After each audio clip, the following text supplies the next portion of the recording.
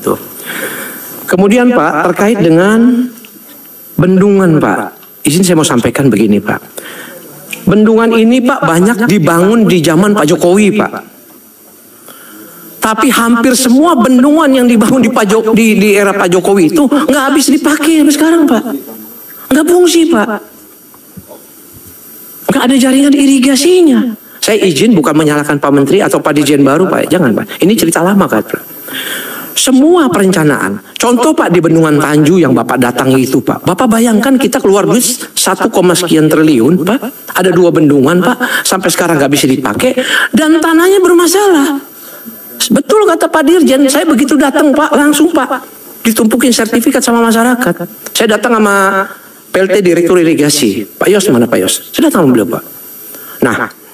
Menurut saya Pak. Menurut pandangan saya. Rejim yang lama itu jahat. Loh dia bangun itu kan urusan proyek Pak itu Pak. Pendekatannya pendekatan proyek Pak. Dia nggak peduli itu barang nggak bisa dipakai. Bisa kita bayangkan itu Pak. Di semua tempat izin Pak Menteri, di semua tempat di NTB bendungan nggak ada yang bisa dipakai Pak. Karena nggak ada jaringan irigasinya. Nah ke depan Pak Menteri, Bapak harus selektif Pak. Karena bendungan ini, izin Pak, saya sudah hitung. Ini pimpinan saya minta batu. Bendungan itu mahal Pak.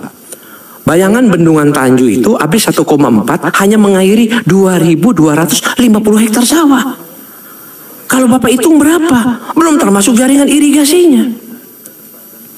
Kecuali Bapak bisa kaitkan bendungan itu untuk 1 termasuk pengendalian banjir di situ, 2 bisa masuk spam di situ, 3 bisa masuk perikanan di situ, 4 bisa masuk untuk pariwisata Pak Menteri. Bisa Pak, ada kenilaian ekonomisnya Pak. Tapi kalau cuma Bapak bangun bendungan, habis itu lagi Bapak bangun irigasinya, coba Bapak hitung Pak berapa habis uang kita Pak. Belum lagi pemeliharaannya akibat sedimentasi yang begitu tinggi Pak di bendungan-bendungan tersebut Pak. Jadi saya sekali lagi Pak, ini evaluasi Pak. Saya nggak tahu, tadi Bapak sampaikan ada 15 bendungan yang sedang kita bangun. Apakah kalau bendungan ini jadi nanti, akankah terbengkalai juga seperti bendungan-bendungan yang sudah dibangun itu? Kemarin Bung Rocky Gerung mem-WA Bosman sebuah bill atau sebuah surat undang-undang dari pemerintah Amerika yang ditandatangani oleh Presiden Biden. Yang minggu lalu Presiden Biden menandatangani bill tersebut. Membaca isi bill tersebut dan mencari beritanya di berbagai media asing, maka kepala ini bergerak liar. Apakah akan berdampak ke Pak Jokowi? Apakah Pak Jokowi bisa ditangkap pakai undang-undang ini?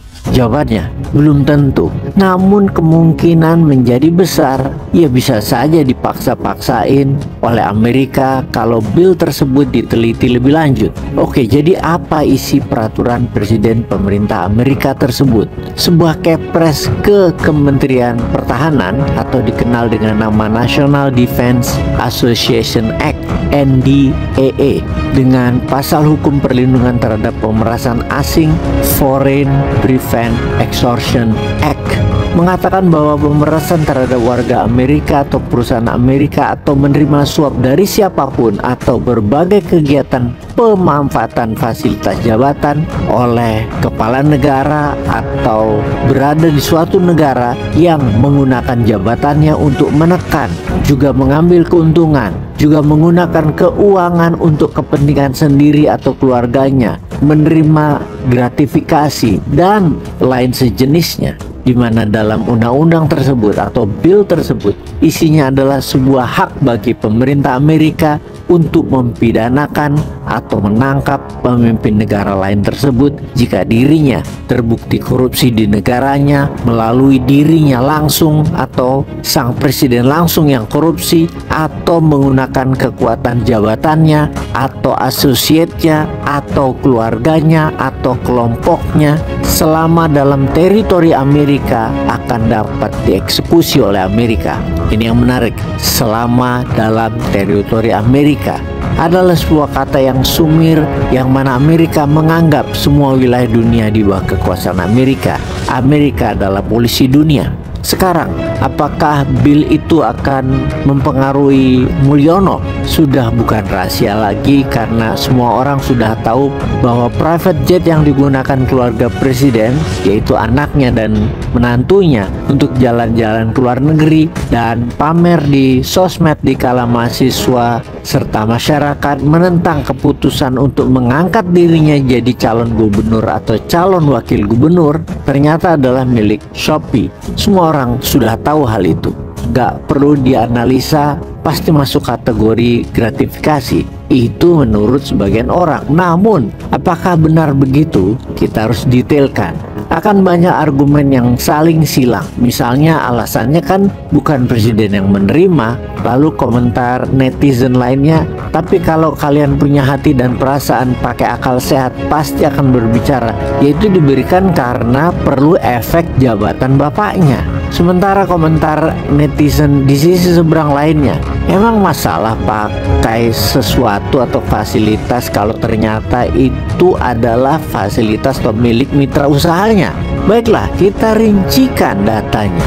Pesawat ini milik Garena Online, sebuah bisnis berbasis game online anak perusahaan C Group yang juga milik perusahaan Shopee. Yang jadi pertanyaan, kok bisa keluarga Jokowi pakai fasilitas perusahaan e-commerce itu? Hubungannya apa? Bahkan Pak Jokowi pernah meresmikan kantor C-Labs di Jakarta yang dimiliki oleh Gang Y itu, yaitu konglomerat Singapura pemilik Garena dan Shopee. Kenapa ya seorang Pak Jokowi sampai meresmikan perusahaan swasta asing tersebut? Kita bahas lebih detail. Shopee memang lagi gencar-gencarnya membangun di Solo, kampung halaman keluarga Jokowi. Sudah memperkerjakan lebih dari 1.000 orang di Solo dengan alasan talenta digital di Solo itu terbaik. Juga membangun kampus Shopee UKM untuk ekspor di Solo bersama Mas Gibran di tahun 2021 dengan target membuat 10.000 eksportir baru dari sini. Kemudian di bulan Oktober 2021, Shopee membuka kantor di Solo Paragon. Bukan sampai di situ saja, di Solo proyek Shopee banyak lagi seperti Creative and Innovation Hub di Solo Technopark, juga program Java in Paris. Hal itu memang membuktikan kedekatan keluarga Jokowi dengan Shopee. Jujur, secara sisi bisnis dan pembangunan, apa yang dilakukan Shopee di Solo adalah pengembangan bisnis yang baik. Namun, apakah ini bisnis as usual atau hal biasa di bisnis yang menggunakan fasilitas private jet tadi atau pesawat pribadi tadi merupakan gratifikasi? Kalau menurut sahabat, apa yang terjadi dan bagaimana komentar Anda? Peace.